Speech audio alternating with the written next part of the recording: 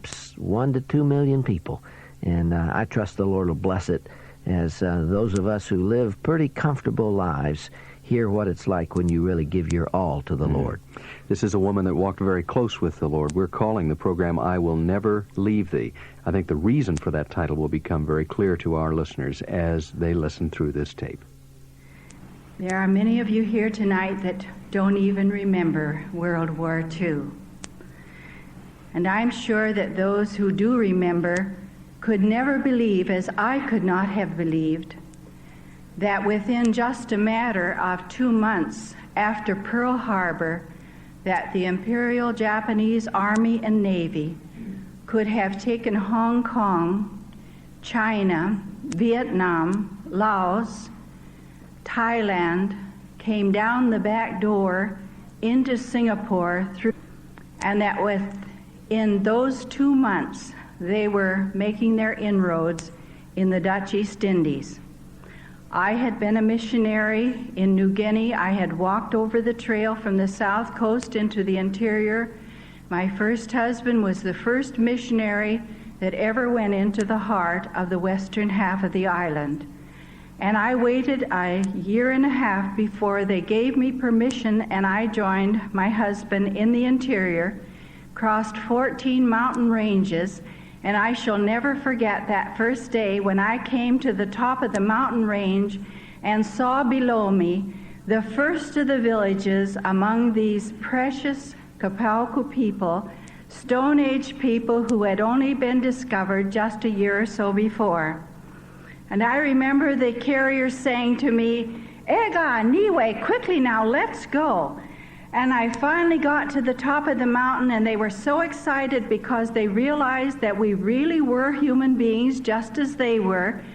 And they wanted us to hurry and get there, not only because we were novel, being people from the outside world, but because of the fact they realized now that all of the things that my husband had told them about God who loved them and his son Jesus Christ was available to them too. Before they had always said, but if Jesus loved you, he didn't love us because we're just human beings and you're spirit beings.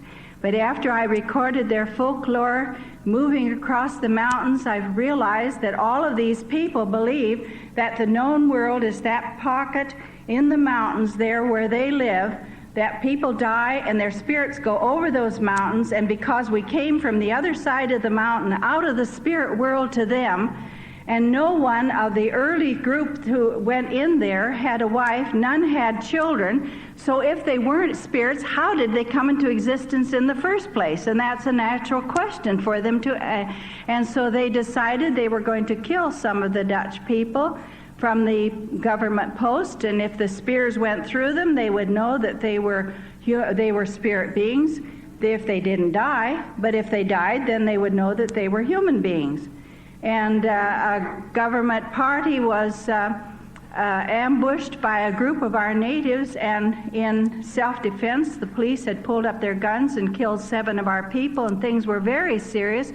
So it was either they bring women into the interior, or they get more police, or they abandon the post in the interior. And here I was, and these carriers with me knew that we were human beings just like they were.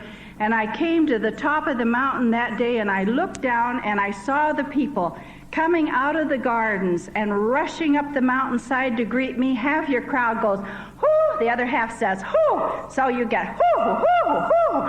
And I was so excited, I was running down the mountainside to greet them, and I was waving my hands, and the tears were running down my cheeks, and I said, "I'm home, I'm home." And for 43 years, that was home to me.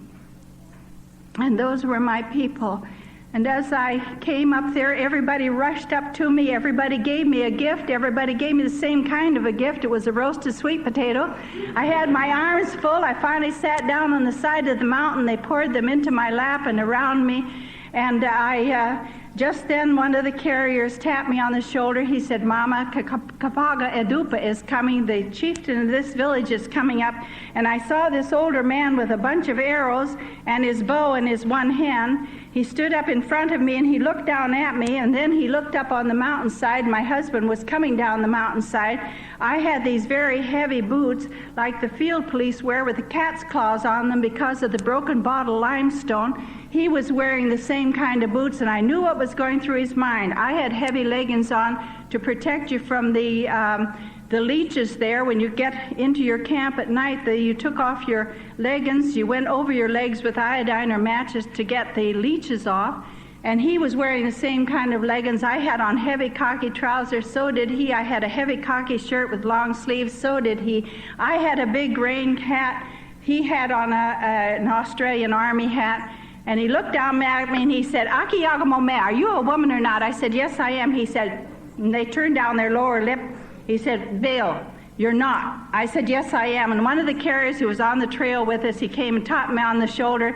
He said, Mama, let your hair down. And I've let my hair down many a time before the people, literally that is. He said, and mother of mine, indeed you are a woman. No man ever had hair like that, so it must be a woman. And from that moment on, I walked into their village and into their hearts, and they walked into mine. And I was so thrilled when the day came and I could tell them that God so loved the world in their language.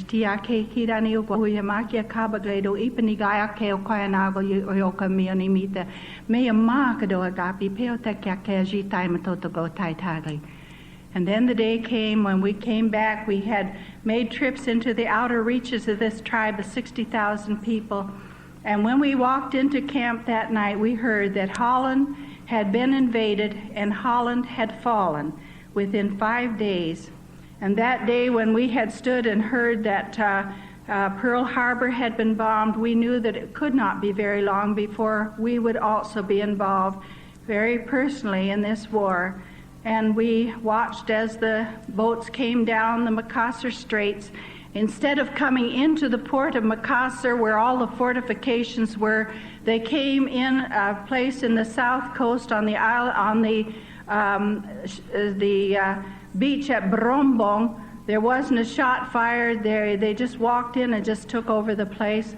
And of course, we waited for them after they made their landing on the 8th day of February, and finally they came up and they said that we were prisoners, that we were to, at the present time, not have contact even with the natives around you to get food, nothing. If you're ever seen off of this property, you'll be shot on sight.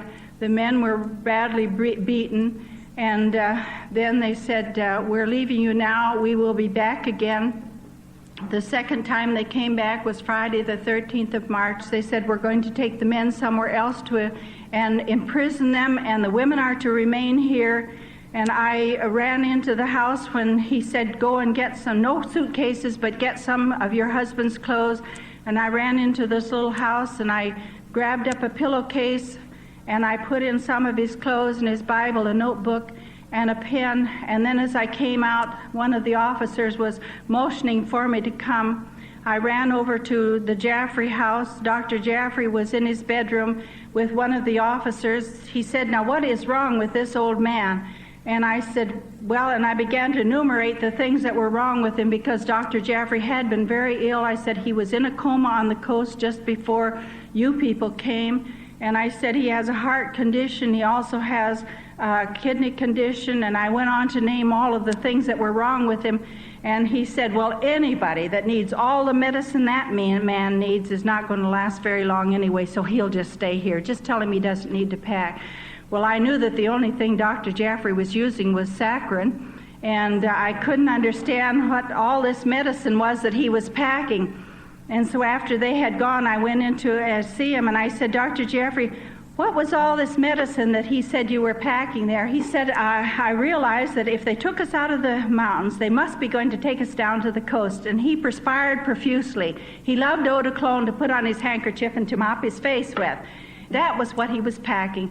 And that officer thought that it was medicine. But you know, that was God just keeping that man with us. We needed a man there on the property.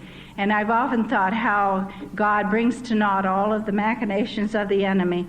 And so I ran out after telling the officer all the things that were wrong with him, and I ran out and I saw that Mr. Deibler was already in the truck, and I ran up to it and I handed him the little bundle of clothes and things, and I thought they could have at least waited till I could say goodbye to him.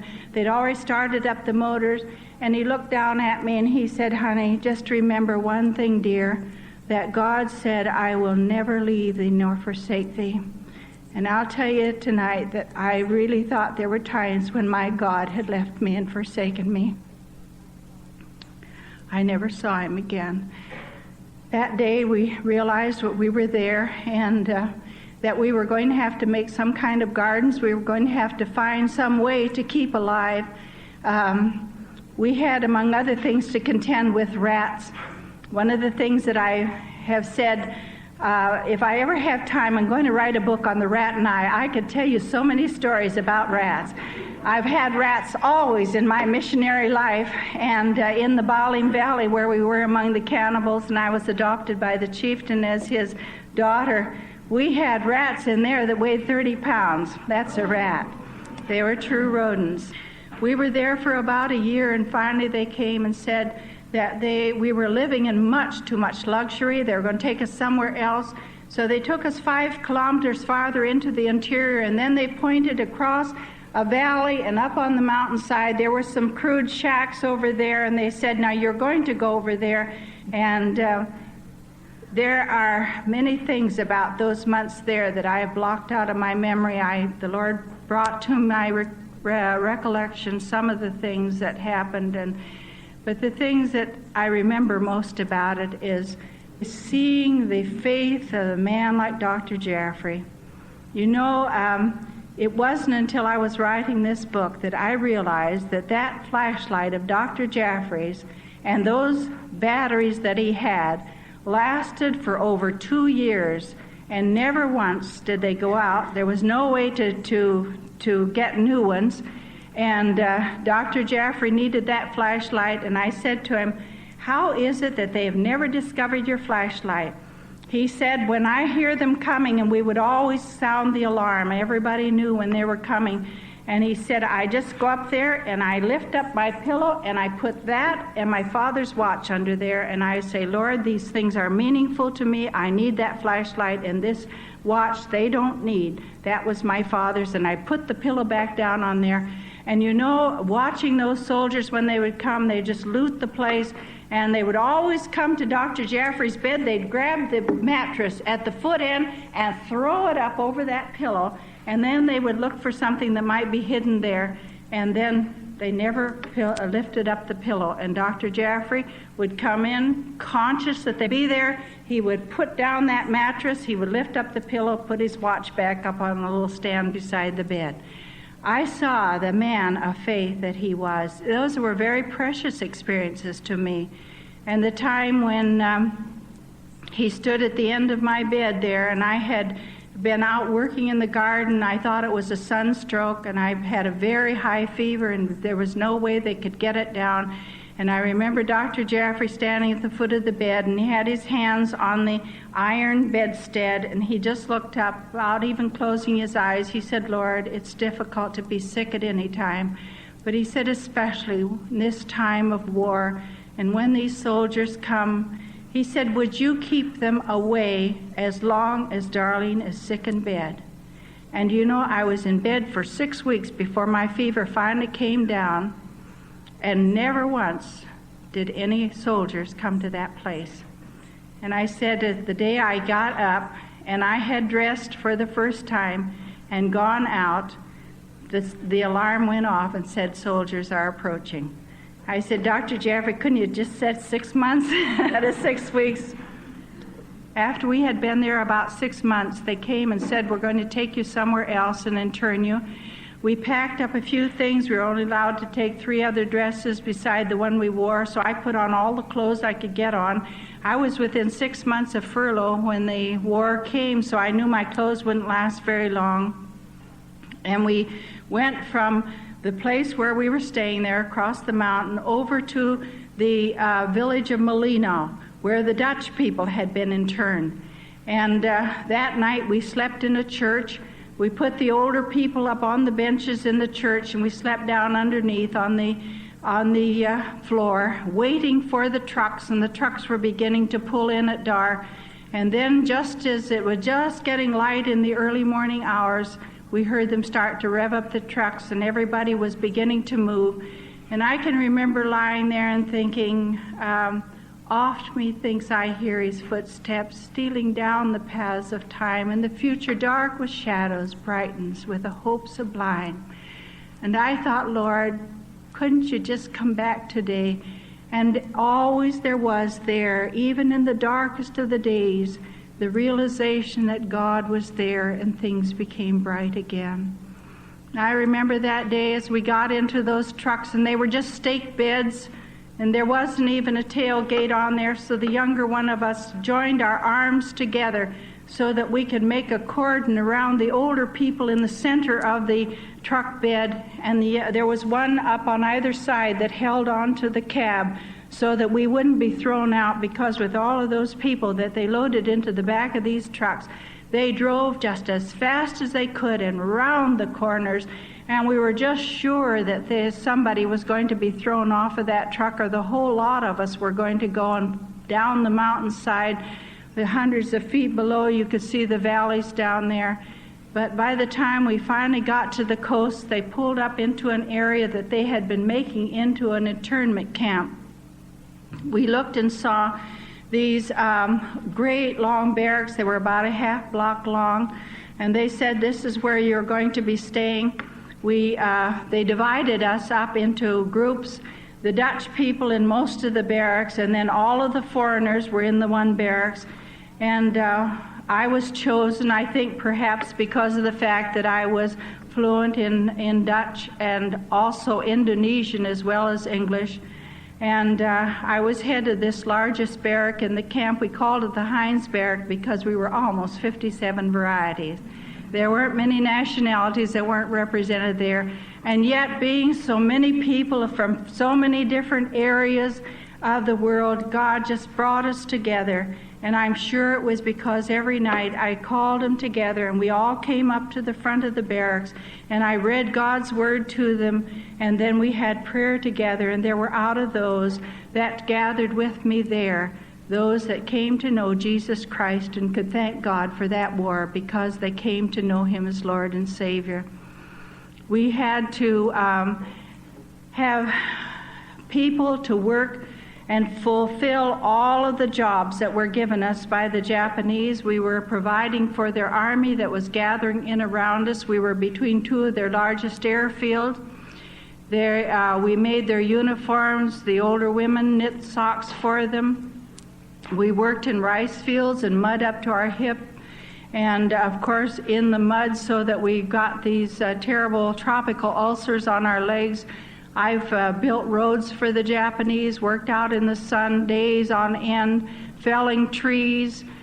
We worked on the coolie gang. Those of us who were young and strong, we moved up to the back of the trucks. They hurled the big bags of rice and sugar on our backs, and you grabbed the ends of the bags and you walked away with it or else. There were many times when I thought my legs were going to crumble under me, and yet I said, God, just help me to get this to the storehouse so I can throw it off my shoulder. And then you turned around and went back again. We had, among other things that we raised for them, pigs. We had a large pig pen that had a beautiful cement floor that had to be kept clean. We had to cook 3 meals a day for those pigs. The camp commander went out into the jungle, or out into the villages near us. He shot dogs, brought them in. We skinned the dogs, cut them up, cooked them with the stems of the banana plants so that these pigs could have 3 hot meals a day. When the garbage came in from the coast, from the officers there, we always gave it the finger test. You went through it like this, and if it didn't fall between your fingers, it was big enough to eat. And we ate the dog's livers. When he found out that we were eating the livers, it doesn't taste any different from cow's liver. We were told that if he ever caught any of us eating the dog's liver, that he was going to beat us up. We knew that he could because he had just killed one of the men up in the men's camp before he was brought down to our camp. And so we were very careful that we weren't caught getting the dog's livers. Some of the other things we carried back, hid them inside of our clothes so we could carry them back and have them for the kitchen for those that were in the hospital and those that were very ill. With the pigs we got flies, and with the coming of the flies by the aliens into the camp, we had to kill, in spite of all of the other work we had to do, we had to kill flies, and you were sometimes called up to his office, and he made you count the flies, lay them out so that he could see that everybody had 100 flies a day. And in spite of that, there still were just illions of flies. We got dysentery in the camp, and of course the flies carried the dysentery everywhere. You couldn't sit down and eat your food, flies in it, and you kept going like this all the time you were eating. They brought in, sometimes we had sufficient food, sometimes we didn't. We said we never skipped any meals, but we sure postponed a lot of them. But when they brought in these fish, boy, we didn't take anything off of them, and we didn't take anything out of them. And I can remember Mrs. Presswood sitting next to me, and she said, "You know, Darlene, I could eat the head of that fish if it didn't look up at me so pitifully." I said, "I long since lost my pity for here," and I gave her a piece of the tail of mine, and she would give me the head of hers. The only thing you can't eat about a fish is the pupil of the eye. It gets to be just like a hard little BB when it's cooked. And if you were cooking porridge, you were up at 4 o'clock in the morning and stood there at this great big paddle and cooking in a 55-gallon drum. This one day, it just tasted so good. It tasted just like it had bouillon in it. But when it got daylight so that we could actually see what was in our plates, there were hairs that were surfacing, and finally the tail of a rat turned up, and some feathers, and we realized reconstructing must have happened during the night. There was a ledge right up above the drum for the porridge, and you soaked your rice during the night. And they must have been struggling there, the rat trying to get the bird, and both of them fell into the drum and drowned, and so they got cooked. But we had so many people down with dysentery that finally there were 500 people down with dysentery, and the rats in our barracks, they were just bamboo mat walls with mud floors, and during the rain there was just mud constantly there, and double-decker bamboo racks on which we slept. And I've even had the rats eat my mosquito net and get into bed with me. And so now you know about these other rats too. But I can remember one night when I awakened and I could look down at where my toes were. I was on the upper rack, and there was an opening between the wall and the roof, the grass roof. And the moonlight was showing me that there was a big rat coming right up my blanket toward me. And I quickly pulled my feet up, and I sat up, and I yelled for Miss Kemp, who was down below me, to please pull my mosquito net out at the end, the head end, so that I could get the mosquito net between me and that big rat that was in bed with me. And finally she got it out, pulled it out, and when he made his, and he was just frantic, he was as frantic to get out of that bed as I was to have him get out. And he was just going around and around me, and I was just watching this rat going around there and trying to get the covers pulled up around my back. And finally she pulled this out, and I pulled it over my head and got it between me and him, and then I slid down the pole, and I got a club, and I went back up after him, but he'd made his escape by this time. We had them to latch onto the toes and fingers of children that got their hands up at the mosquito net during the night and were sucking the blood out of the children's extremities. When we had those that were down with dysentery and they could smell death, we finally came to the realization we had to set guards over them during the night hours to keep the rats off of them because they smelled death and were trying to get at our patients. It was a difficult time then. Those of us who were young were doing 2 and 3 jobs a day, running from one place to another.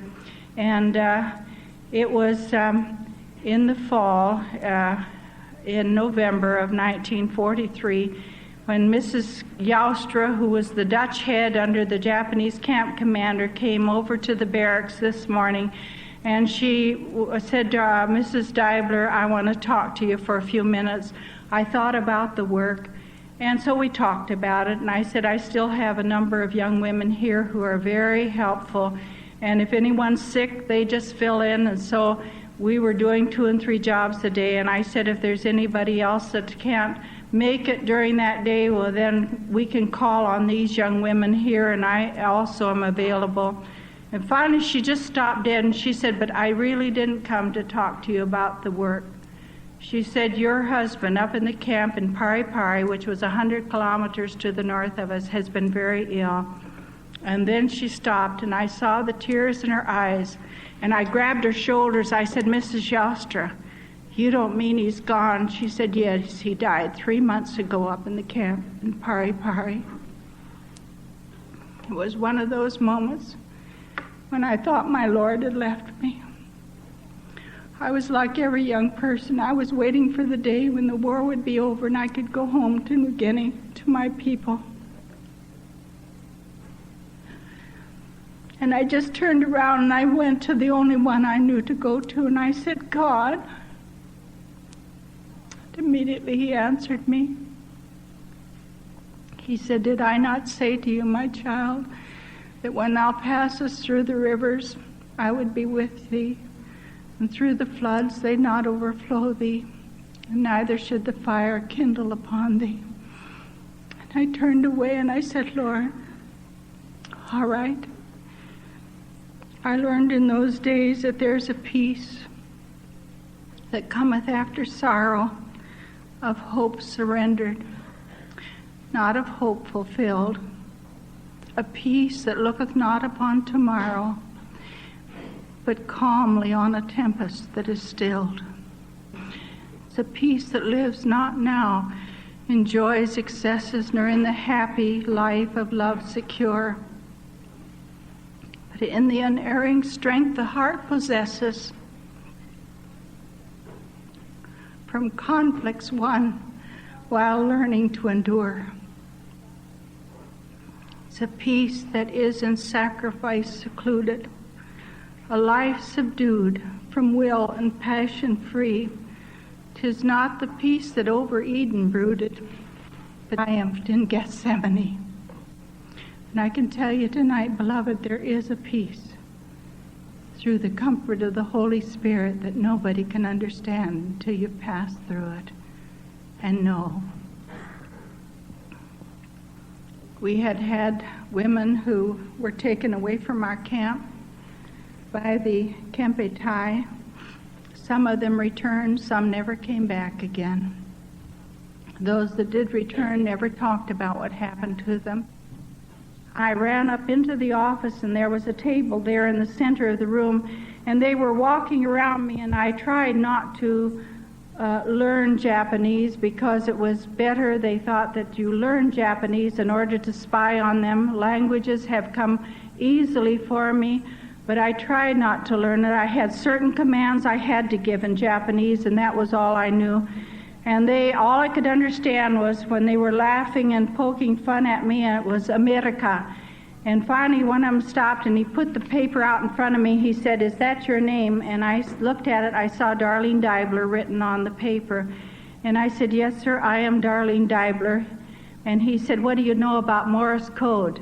I said, sir, I don't know a thing about Morse code. I have never learned it. And he said, you go over, and he said, get another dress and come back. We're going to take you somewhere else to. And he said, we'll see how much you know about Morse code. So I ran back, I grabbed my Bible and another dress and came back, and I got into the car, was taken out of the camp, taken down to the city of Makassar, which I knew well, having lived there and worked there before. And I saw that they were pulling up in front of what had formerly been our native insane asylum. And I just cried out, Lord, why must I go through this? Wasn't it enough that you took Russell? And so sweetly my Lord answered me. He said, my child, whom I love, I chasten. I said, all right, Lord. And then I remembered the last words that Dr. Jaffrey had ever said to me when they took him away from the camp. He leaned down over the tailgate of the truck and he said, Lassie, whatever you do, be a good soldier for Jesus Christ. And as I followed the guard up to the office, all that I could think of was, God, make me a good soldier. And I said, Lord, if I ever come through this and anybody in America ever hears about these days, I don't want them to be ashamed of me as a fellow American. They grabbed my Bible. The first thing they said, you can't have that book. You'll be sitting in there reading that book and not thinking about your evil deeds against the Imperial Japanese Army. And then the guard put his bayonet on his gun, and he turned and put it into my back, and he started running me through this first cell block, and I followed across the courtyard, and then I saw that he was moving me up this row of cells. And when he stopped in front of one of the doors, I looked up at the door, and written on the door in Indonesian with chalk was, Orang ini musti mati, this person must die, and I knew I was in death row. I went to those hearings. They said I had been an American spy. They said they had evidence. A Chinese fellow came in. He had confessed to them that he had seen me in the jungle with a radio having contact with the Allies, that I had been reporting on plane movements, on troop movements. And I said, but I have never been in a jungle with a radio. I have never done those things. I didn't realize what a sensitive spot that was right there between your eyes. And he had such large fingers, and he was very strong. And when he would flick me there until I felt like my head was going to burst, I caught a glimpse of myself one day walking by one of the windows, and I saw I had two large black eyes. They used judo chops on you, and I thought my neck was broken many a time, but I never shed a tear before them. But I'll be honest with you tonight, when I got back to that cell and they locked that door, I wept buckets of tears. I'd just throw myself on the floor and I would just sob, and I said, God, I can't go through another one. I just can't. And he'd always come and say, but my child, my grace is sufficient for you. And I'd sit up, and as I felt the Lord's presence there with me, and then I would begin to sing, and I knew then why God had laid it on my heart 2 weeks before I was brought down to this prison. In Streams of the Desert, there was a poem. I would begin to sing, He giveth more grace when the burdens grow greater. He sendeth strength when the labors increase. To added affliction he addeth his mercy. To multiplied trials his multiplied peace. When we have exhausted our store of endurance and our strength has failed ere the day's half done, when we reach the end of our hoarded resources, Father's full giving is only begun. His love knows no limit. His grace has no measure. His power has no boundary known unto men, for out of his infinite riches in Jesus he giveth and giveth and giveth again. By this time I was very, very thin. When I came into the cell, I had dysentery, I knew that, but I had not gone into the hospital because we had to have these younger people. We had to do the extra work that was there to do. And the first day they threw in a tin plate that had some rice on it with a little bit of sugar at the top, and I was so upset I couldn't eat it. So he came and grabbed it again, and he said, well, if you don't like sugar, you'll never get it. Then when they realized I had dysentery, they took me off of the whole rice and put me on rice porridge. That was something else. And when they put that first plate of porridge in there and there was no sugar, no cream with it, I looked down at it and I thought, I saw all this white stuff on the top, and I said, oh, joy, somebody knows I love fresh grated coconut. And I picked it up and I got over to the door where I could see from the light coming in the transom, it wasn't coconut, it was worms. It was just filled with worms. And I remember thinking, oh boy, that's a new experience, and I'm going to shove them all up on the side of the plate. And I was picking these worms out, and I had them all around the plate. And of course, with the dysentery, in came these big blue bottle flies, and they just lit on that plate, and right there, and they were eating those worms, and I thought, now that's no good. If they can eat the worms, so can I. And I could thank God. I honestly could thank Him for that plate of rice porridge, worms and all, because I knew I could have been there without anything to eat. And one day I had climbed up because I was having an attack of malaria.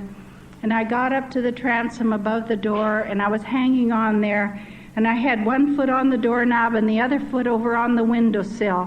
And I was hanging there, and I was trying to get air on my face because of the terrible fever from the malaria. And I could see the courtyard there. There was an overhang of the roof, so nobody could see me, but I could see them, and I was so fascinated to see other women. And most of them were native women there just for minor misdemeanors, and they were allowed to walk around that courtyard in the afternoon.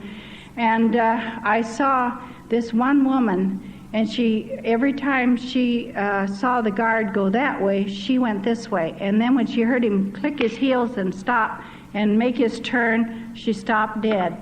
And she was edging off toward the fence that was at one end of the courtyard. It was covered with Honolulu creeper. And I watched her, and there she was down there next to that fence, and he turned around and he went that way. And through that Honolulu creeper came a hand, and on that hand was a big bunch of bananas. And seeing those bananas, oh, I wanted anything to eat. I could smell those bananas. I could remember the taste of bananas. Oh, I wanted a banana. It was like a physical hurt within me.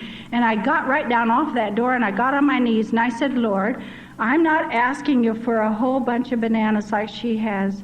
Could I have just one banana, Lord? And I said, please, Lord, don't think that I am not grateful for this rice porridge. I really am. And I'm sorry if I ask for a banana and you can't get a banana in here to me. And I really didn't see how God could ever get a banana in there. Sometimes when the ships were in, they brought in the officers, and you were put out on display, and you had to be sure you made a proper bow at a 45-degree angle, and then at a 90-degree angle, when if it wasn't pleasing to them, you went right down. And I was waiting because I heard. My ears became very sensitive to sound. I knew the guard who always wore the tennis shoes. I could tell officers because they wore beautifully, highly polished boots. And they would always kick the gravel. And when they were coming across the courtyard, I could tell there were officers coming. And I had just was skin and bone by this time, and I said, Lord, I need strength to be able to stand up here and to make my bow properly when that door opens. So you help me now, Lord. And the guard came, and he got the wrong key in the door. And so I sat down for a minute. I was so weak. And I could hear officers talking out there. And finally, he got the door open. And I stood up very rapidly. But there, standing in the doorway, was the camp commander, the Japanese camp commander from that other camp from which I had been brought down to this prison. And he was smiling, and it had been so long since I had seen a friendly face, since I'd seen anyone smile. I was so excited, I just clapped my hands. I said, oh, Tuan Yamaji, seperti lihat sobat yang lama. I said, Mr. Yamaji, it's just like seeing an old friend. And the tears came in his eyes. He turned and he walked right out of the cell, never said a word to me. For a long time he talked to those other men who have been trying me. I don't really know what he said, but I think he was telling them about the day when I heard that Russell was dead, had been dead for 3 months. And he called me over in the afternoon hours, and he said, I just wanted to talk to you. And he said, you know, this is war. I said, yes, Mr. Yamaji, I understand that. He said, you know what you heard today, many women in Japan have also heard. I said, I understand that too. And he said, you're very young. He said, someday the war really will be over, and you can go back to America, and you can marry, you could go dancing, you can go to the theaters, and forget about these awful days. And I said, Mr. Yamaji, may I have permission to speak to you? You always ask permission first. And he motioned for me to sit down on a chair on the other side of his desk, and I sat down there, and I said, I just want to tell you that I don't sorrow like people who have no hope. I want to tell you about somebody I came to know when I was 9 years of age back in Boone, Iowa in America. And the Lord gave me the most beautiful opportunity to lay the plan of salvation before that Japanese officer. I knew from that moment on that man was my friend. And I really believe that God did a great work in that man's heart. And I believe that's what he was telling those men there that day, because their heads kept getting lower and lower. I believe he was pleading my cause. Finally came back into the cell, and he looked down at me and he said, "Oh, you're very ill, aren't you?" And I said, "Yes, Mr. Yamaji, I am." And he said, "I'm going back to the camp now." He told me later he had spent 3 whole days going from office to office before he finally got permission to come in to see me. And he said, "I'm going back to the camp. The women are all wondering about where you are, what is happening to you." He didn't tell me at that time that these men had sent word back to the camp that I was dying of tuberculosis, said we'll never return her to camp because she's dying of tuberculosis, not wanting them to know that I was going to be beheaded. And he said, "I'm going back now. Have you any word for the women back at the camp?" And I said, "Yes, Mr. Yamaji. When you go back, would you tell them that I am all right, that I am still trusting in the Lord?" And I said, "They'll understand, and you'll understand, Mr. Yamaji." And that man nodded his head, and he walked out of the cell. He was gone just as soon as that door was locked, and I heard them walk away. It hit me. I hadn't bowed to any of those Gestapo men. I thought, Lord, why could you not have helped me to remember to bow to them? Just as soon as Yamaji's gone, they're going to come and get me and take me back to the hearing room. And please, Lord, I don't want to go through another one of those. And then I heard the guard coming, and I knew he was coming for me. And I stood up and I said, "Lord, I need strength to walk to that hearing room."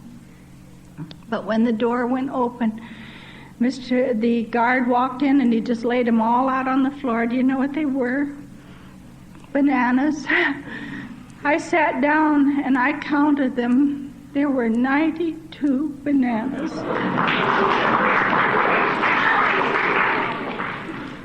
I don't know what you would have done, but I pushed those up in the corner just as far from me as I could get them, and that wasn't very far because I don't have much character. And I said, "Lord, I have no right to eat those bananas."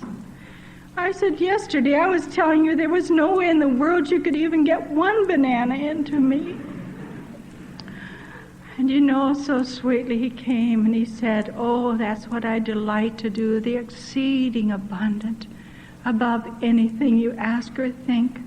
We live like poverty-stricken people when God owns the cattle on 1,000 hills and all the silver and gold is his, just because of our unbelief. And the day I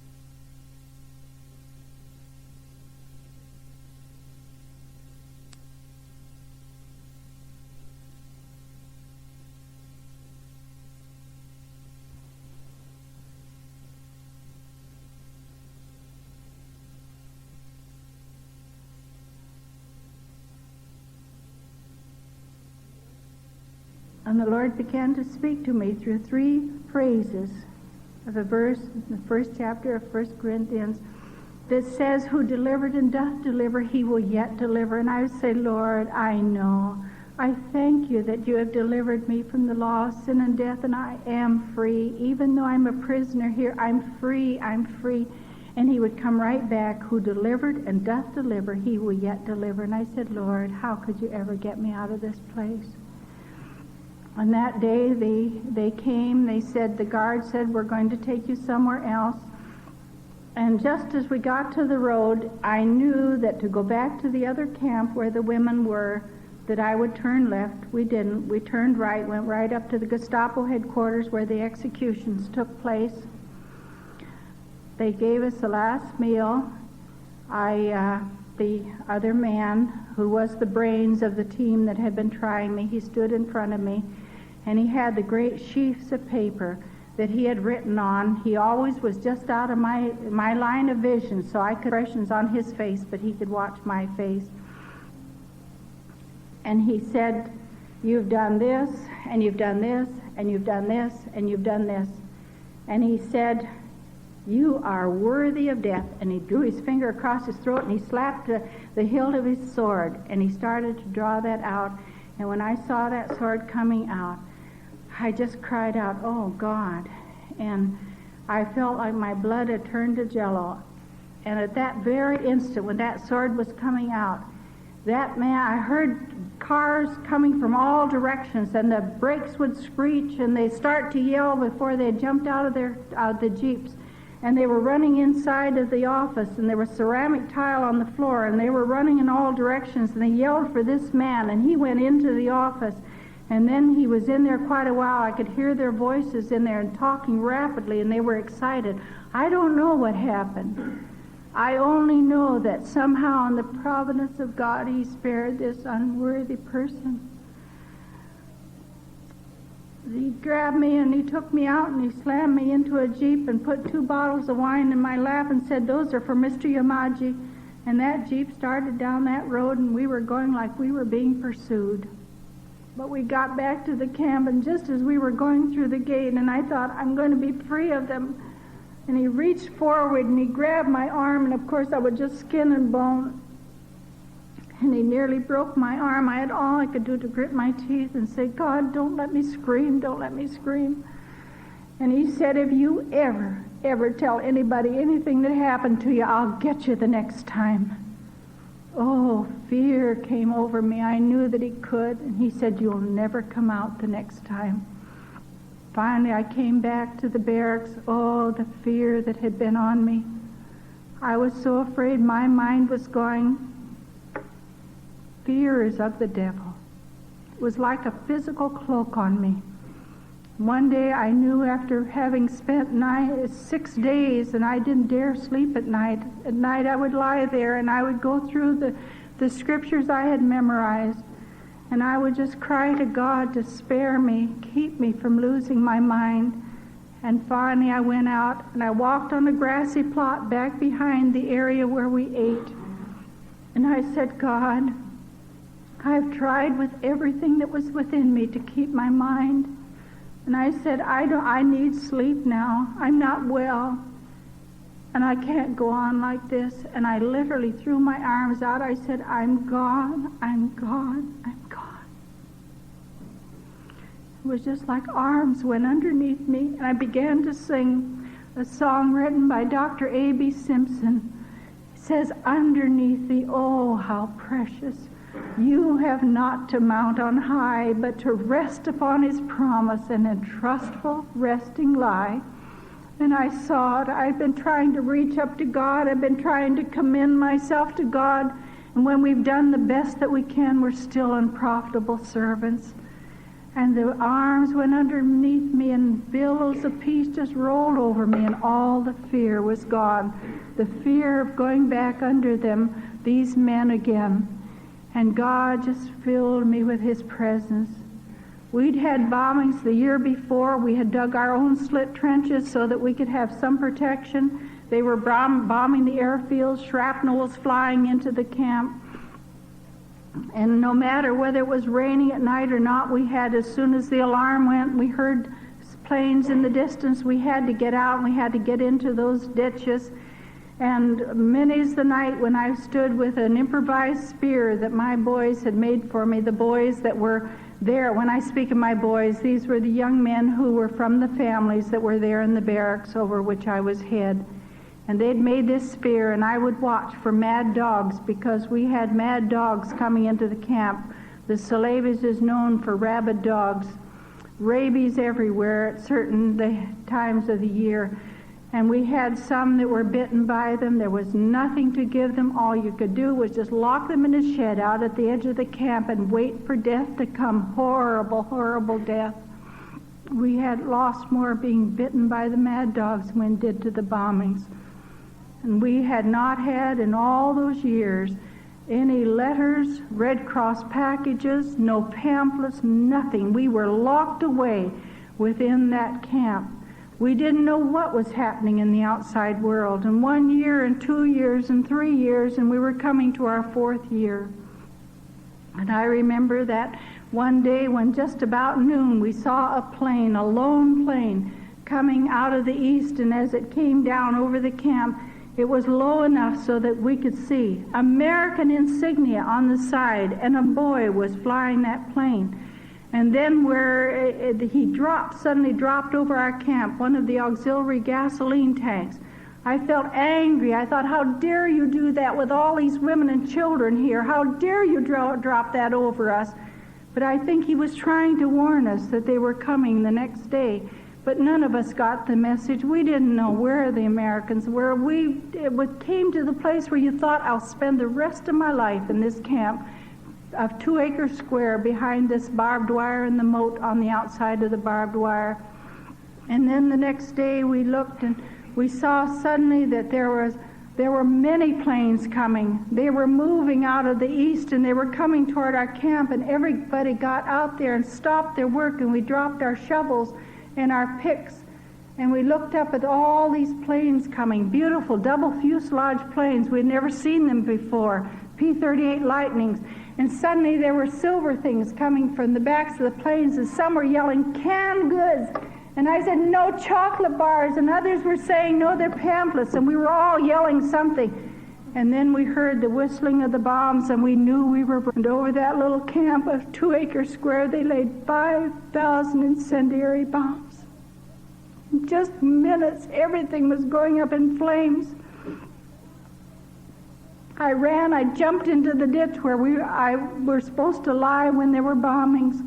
And the minute my feet hit the bottom of that ditch, the Lord said, you borrowed a Bible from that little Chinese woman. I said, that's right, Lord, I've no right to let it burn. And I jumped out of the ditch and I ran to the barracks that was burning, and I grabbed that Bible off of my upper rack, and I came out and I saw that they finally had opened the gate so we could get out of this burning holocaust.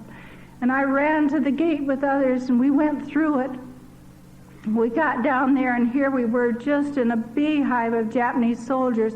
There were 138,000 soldiers around that camp. We didn't even know they were there. They had their machine guns set up, and they yelled, T-door and you T-door. They just turned on you with their guns with the bayonets fixed on them, and you just threw yourself out on the ground, and they were running over the tops of us to get to their machine guns. And they began to machine gun the planes, and of course the planes just turned around and came down, and they strafed us with machine gun bullets. And I dropped my hand onto my head onto my hand, and I said, God, if at the end of this day anybody's alive, it will be a miracle. When the last of the planes had gone, and the sound of the planes was no longer audible, and I could see that all of these things that had been burning had stopped burning, and there was smoke coming up out of the camp. And I thought, Lord, I'm alive. It's a miracle. It's a miracle. I finally found Mrs. Presswood. I said, let's go back up to where our barracks was. Maybe we can find our tin cans, our spoons, something that has been preserved even in the fire. We got up to where the barracks had been, and nobody knew that I had my bride's book sewn inside a native mat, How it happened, only God knows. But when that barracks burned, it fell backwards.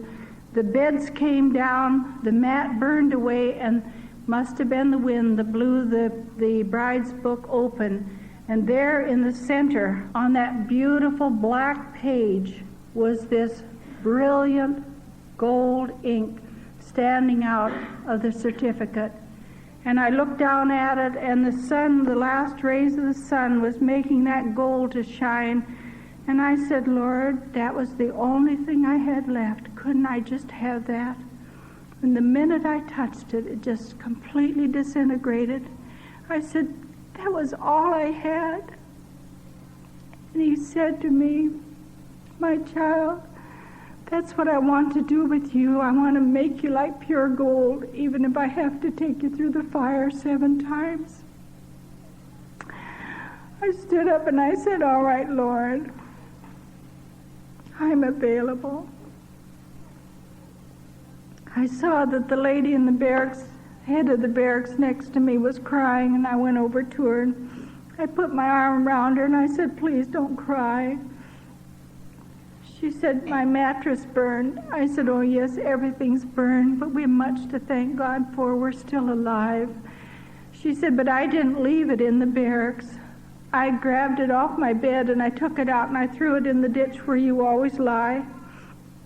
I walked over to that ditch, and right there where I had been lying was the ashes from her mattress and the casing from the bomb. I stood up. I walked away. I've never known such awe in the presence of my Lord.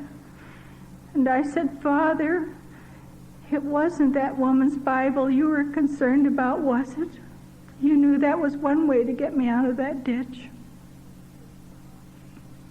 I said, God, whatever days you give me on this earth from now on, I want you to really know that it all belongs to you.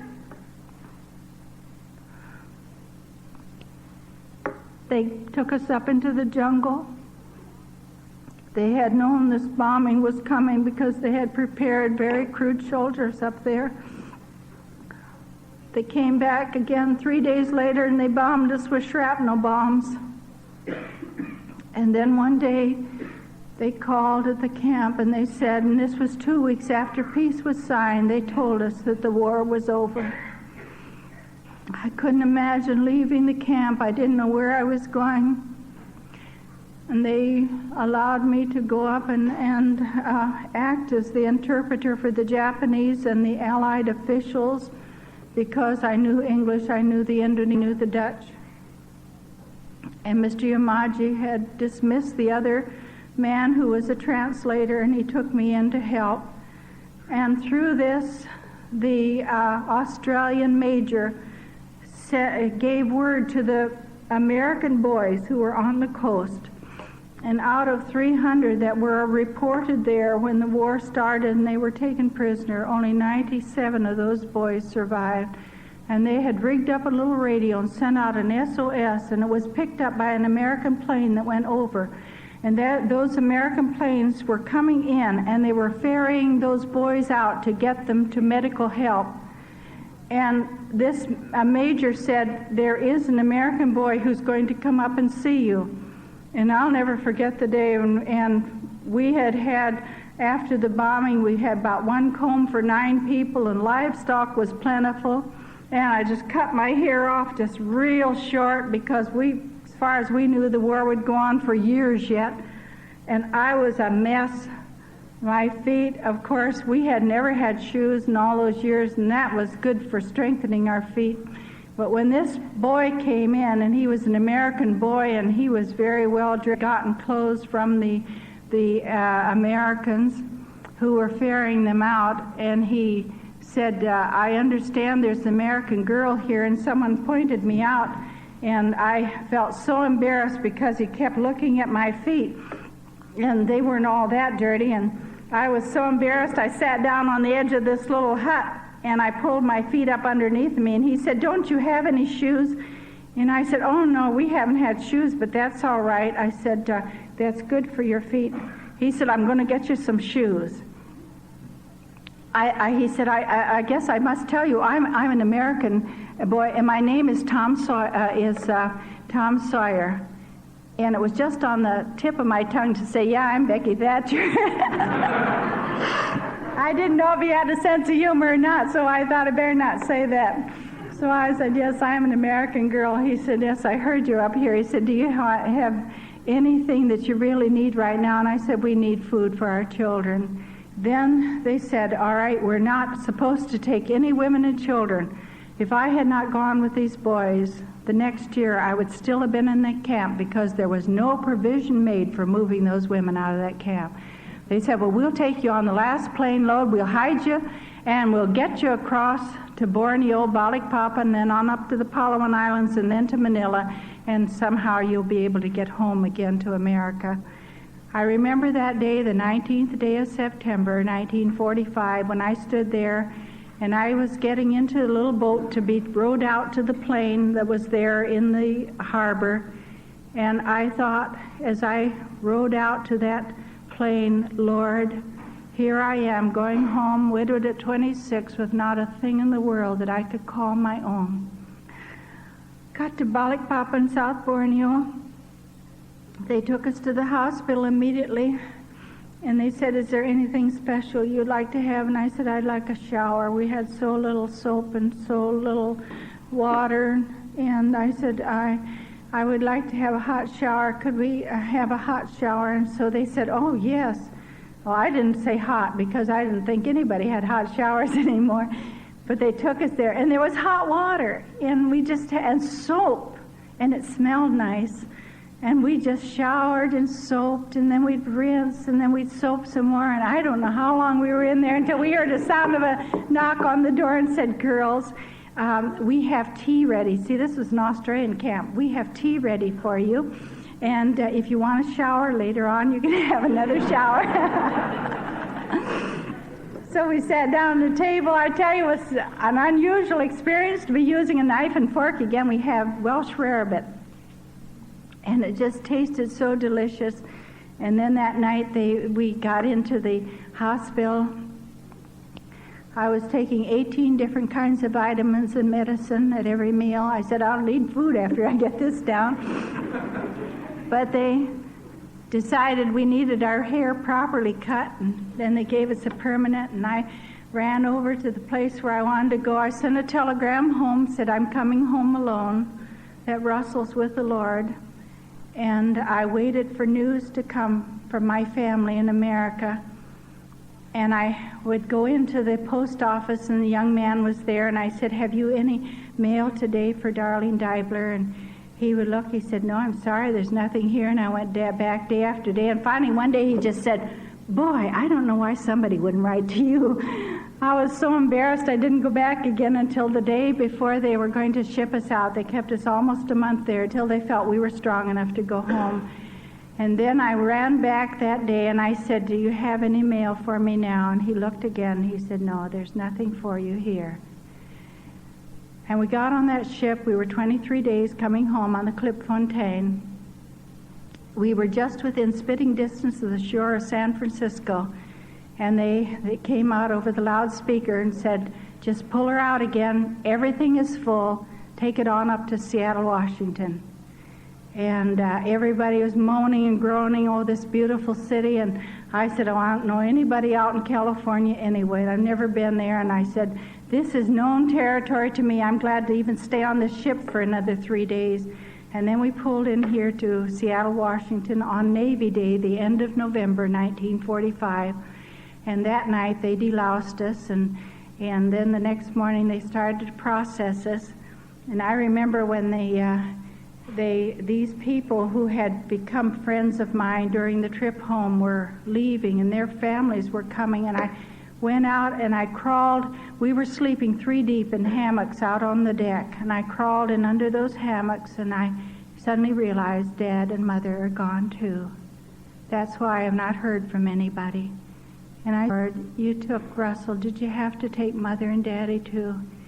And so sweetly he said, you can still trust me, my child.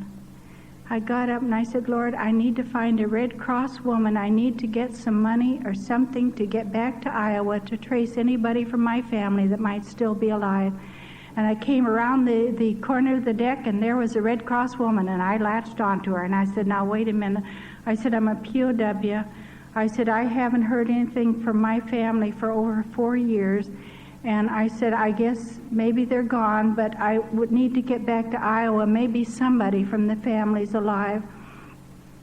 She said, honey, what's your name? I said, Darlene Deibler. She said, I've been on the ship all morning looking for you. I have 3 telegrams, and they're all from Mother and Dad. But you know, I thank God that he didn't let me meet that woman until I had met him, and I knew that even if Mother and Dad and the rest of them were gone, I could still trust my Lord. You know, it's wonderful that God brings you to that place where it's faith without trappings. Just faith in the testimony of a person that you've walked with for all these years, that even, I think maybe in a measure, it was like Job said, even though he slay me, yet will I trust him. Because I knew the character of my God. I opened them up. Mother said we moved out to Oakland, California in 1943. We knew you were on the ship. We tried to get over there, and when they took you out, we can't get to Seattle in time to meet you, but we're sending money, and it's at Western Union. Now you go and get that, and then you get a ticket and come down to Oakland, California, and we'll be here to meet you, and you call us collect as soon as you can get to a telephone. I got to a telephone. You know, I've said so many times tonight, the Lord spoke to me. And people say, how do you know it is the Lord? I think this is the best illustration I could ever use. I had not heard my mother or father's voice for over 8 years. But when that telephone went up, that receiver on the other end down there in Oakland, California, and I heard someone say, hello, Darlene, I knew it was Mother. Nobody ever said my name like my mother did. That's the way it is with my Lord. When he says, my child, I know it's my Lord. And I listen. She told me my brother had just gotten in from Germany on the East Coast. The first thing he asked his mother, have you any word from Darlene?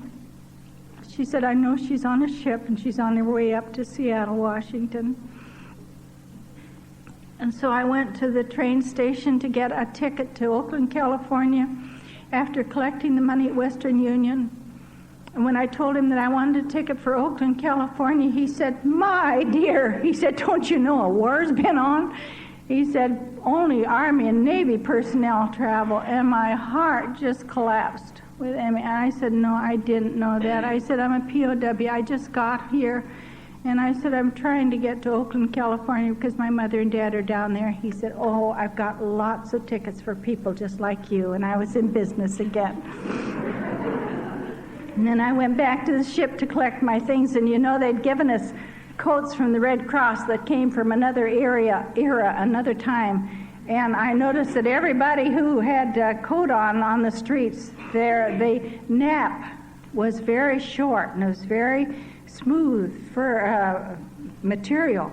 So I got back on the ship and I went to the captain and I said, I'd like to borrow your razor. I gave my coat a shave. It looked pretty good after that. Then I got on the train and I sent a wire to my mother and dad from Portland. I thought I better tell them when I'm coming in.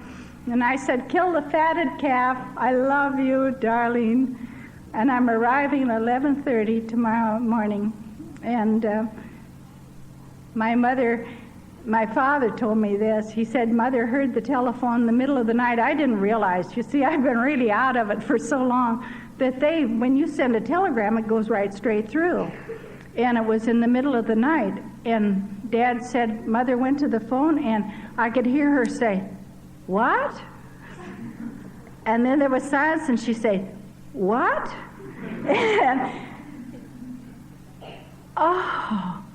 And she put the phone down. She ran in and grabbed my father and she said, she's all right. She hasn't lost her sense of humor. And the woman who was reading it to her kept saying, kill the fatted calf.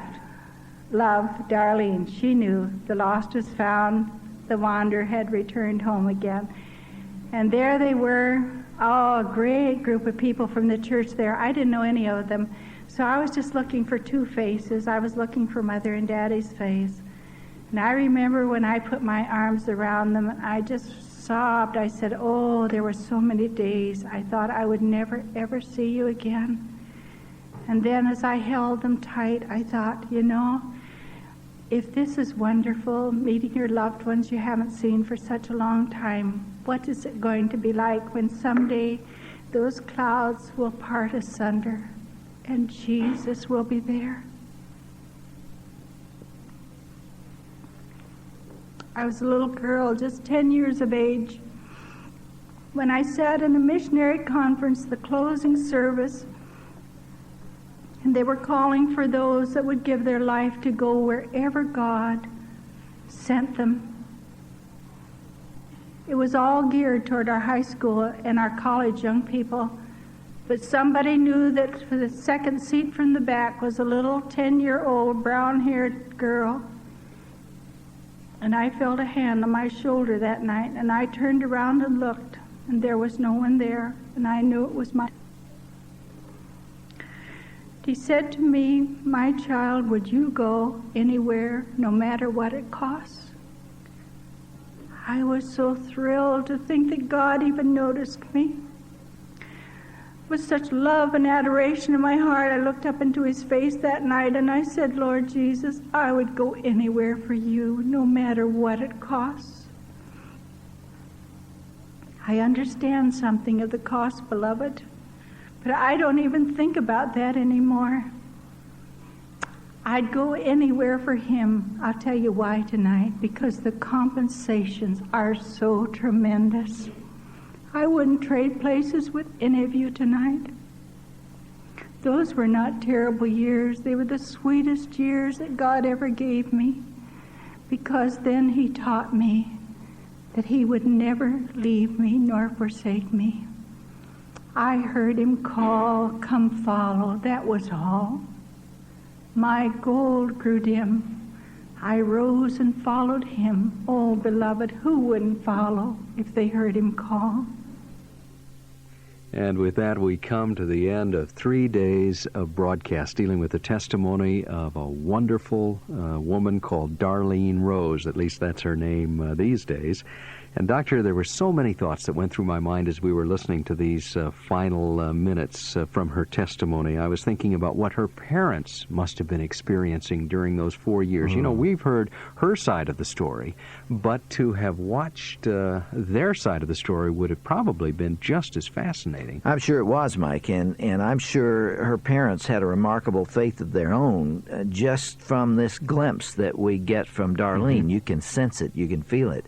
After all, they hadn't had any contact with their daughter for 4 years while she was a prisoner, and she had been away from home for over 8 years altogether.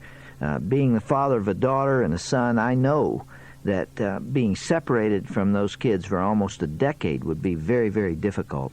I admire these parents just as much as I do Darlene.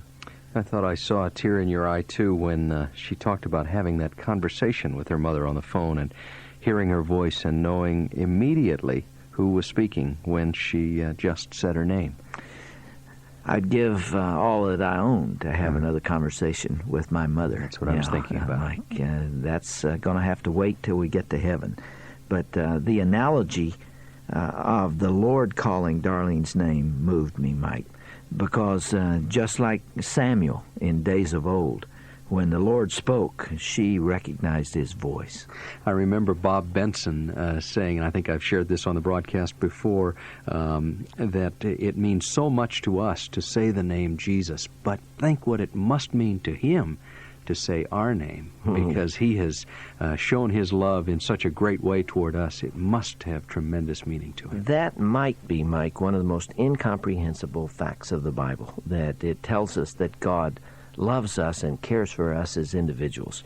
It is so difficult to perceive that, to believe that the God who created all that majesty that's up there above us, the heavens and the earth, that speak of his wonder, that he could care about me, that my name could be important to him, that if I ever face what Darlene did, lying there, as we heard yesterday, in a prison cell with dysentery and malaria, expecting to be executed at any time, and to hear him speak and call her my child.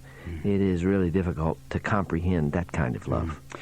It takes a special kind of person to commit themselves to the missionary life, doesn't it?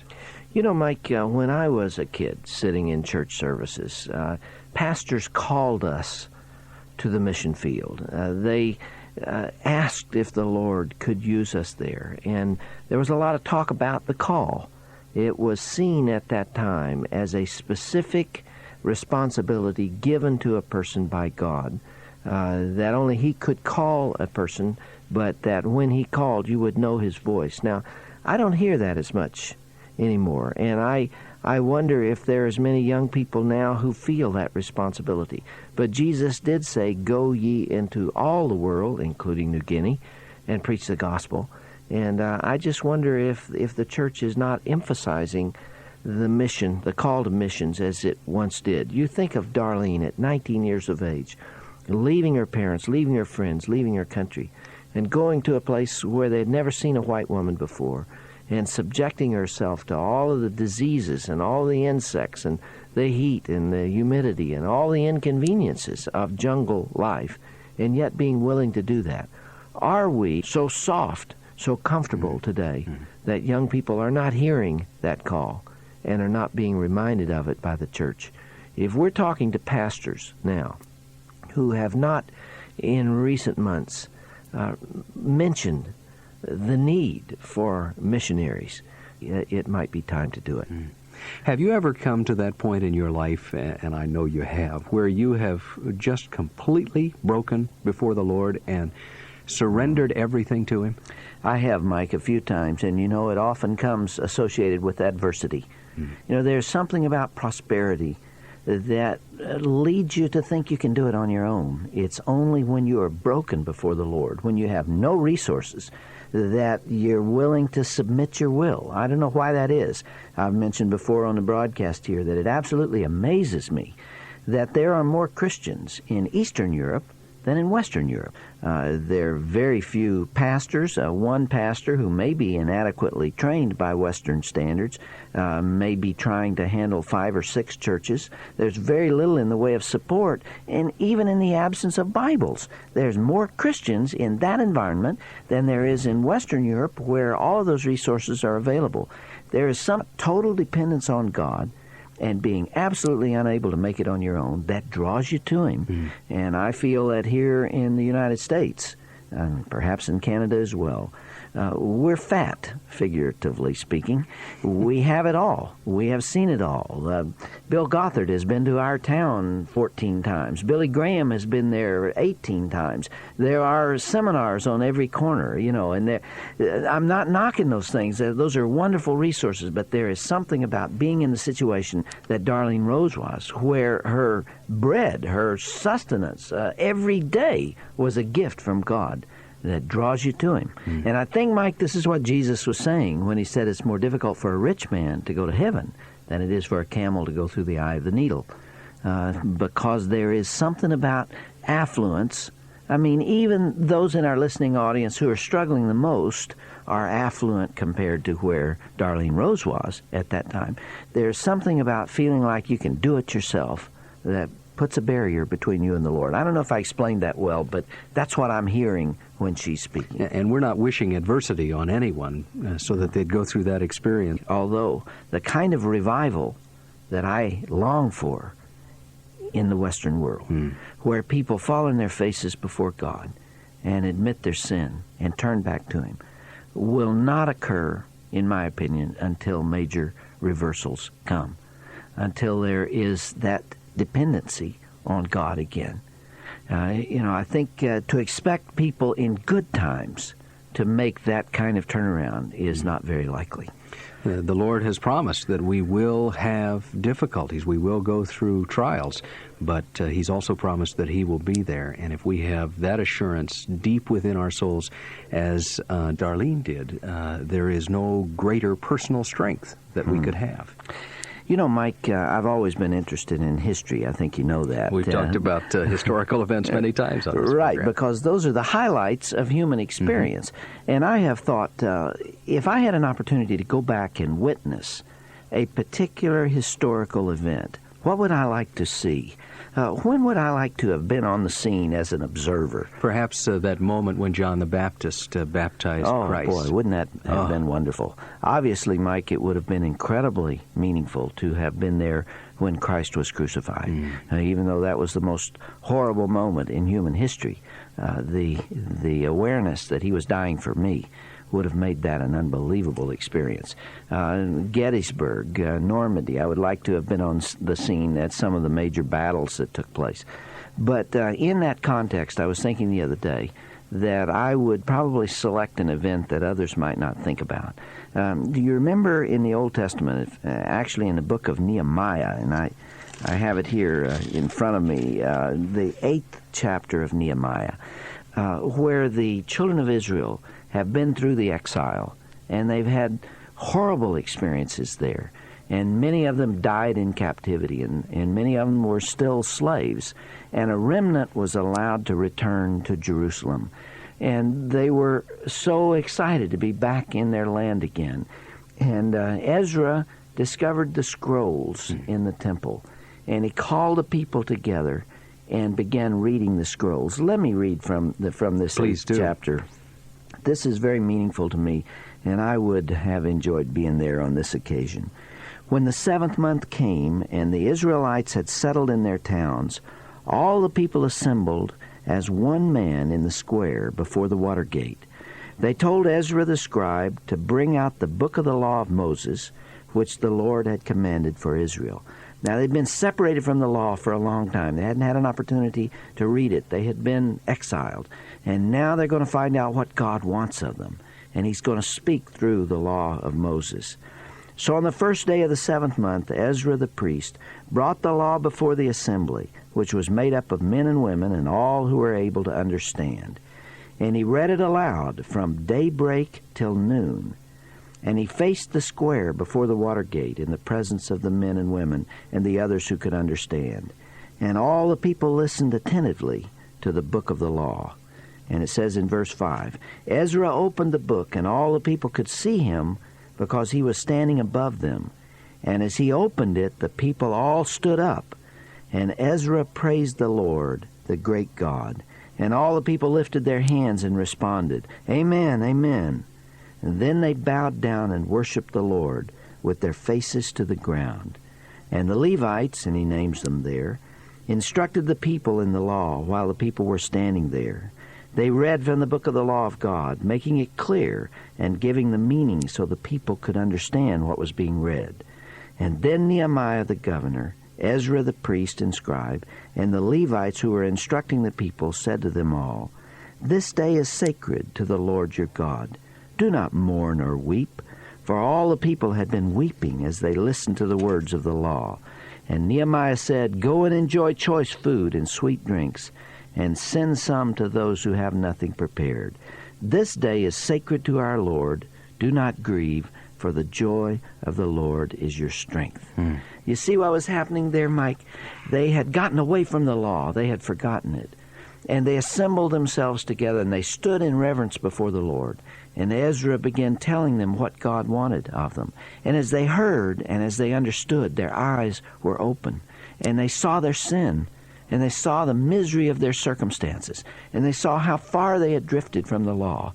And they began weeping. And they fell on their faces before God in repentance, asking for His forgiveness. And there was a time of great mourning. And then, as God does when you come before Him in that way, He spoke through Ezra and through Nehemiah and said, Don't mourn and don't weep. This is a sacred day before the Lord. I would have enjoyed being there, Mike, because I long for that horrible. We have gotten so far from the law. We have gotten so far from the standard of this book. And I think we've even forgotten it. I see people who call themselves Christians who supposedly see nothing wrong with killing the unborn child. They see nothing wrong with living together out of wedlock before marriage, with adultery, with the other things that have become so common in our culture. And I long for the Word, again, to become real, for people to read it and study it and reverence it and realize the gap that has opened up between their lives, their behavior, and what God wants, and for that repentance to take place. And it may be, as we were saying before, Mike, that an exile will be necessary, either physical or symbolic, for people again to say, read the Word to us. We stand in reverence while it's being read, and we weep as we see how we have grieved God, how we have disobeyed Him, and how far we've gotten from it. I tell you, that means a lot to me.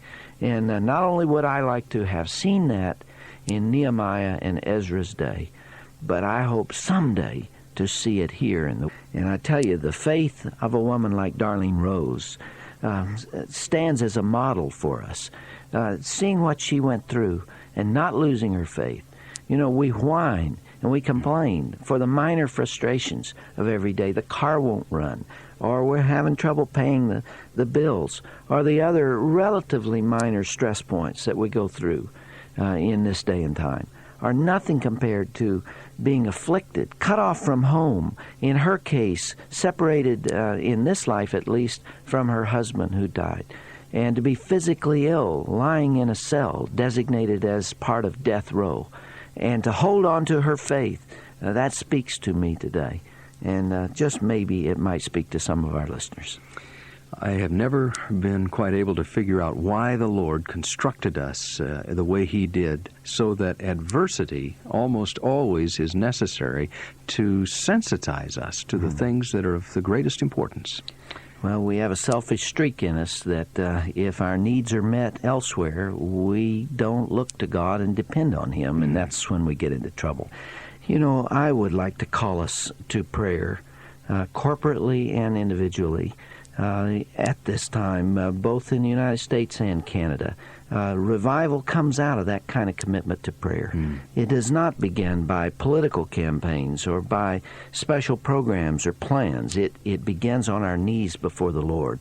And if there could be 100,000 or 200,000 or 300,000 people who would take this suggestion and devote a little time each day or even each week to pray for our country and our people, and not just praying for prosperity and the things we usually think about, but asking people to pray specifically for revival, especially those prayer warriors who are out there who really know how to get a hold of the Lord, to pray that we would, as a people here in the Western world, fall on our faces as did the Israelis at that time, and weep before the Lord, and then enter into the joy of the Lord as He forgives us from our corporate and our individual sins. And we come to the end of this Focus on the Family cassette. If you'd like to help us spread the word to your area about our broadcast, we have a perfect way of helping you do that. It's with a packet of what we call giveaway cards. Each of these cards is the size of a business calling card, with a place to write the station, day, and time that the broadcast can be heard. A packet of these cards is yours free of charge when you write to us and ask for giveaway cards. Our address is Focus on the Family, Colorado Springs, Colorado, 80995. And thank you for listening.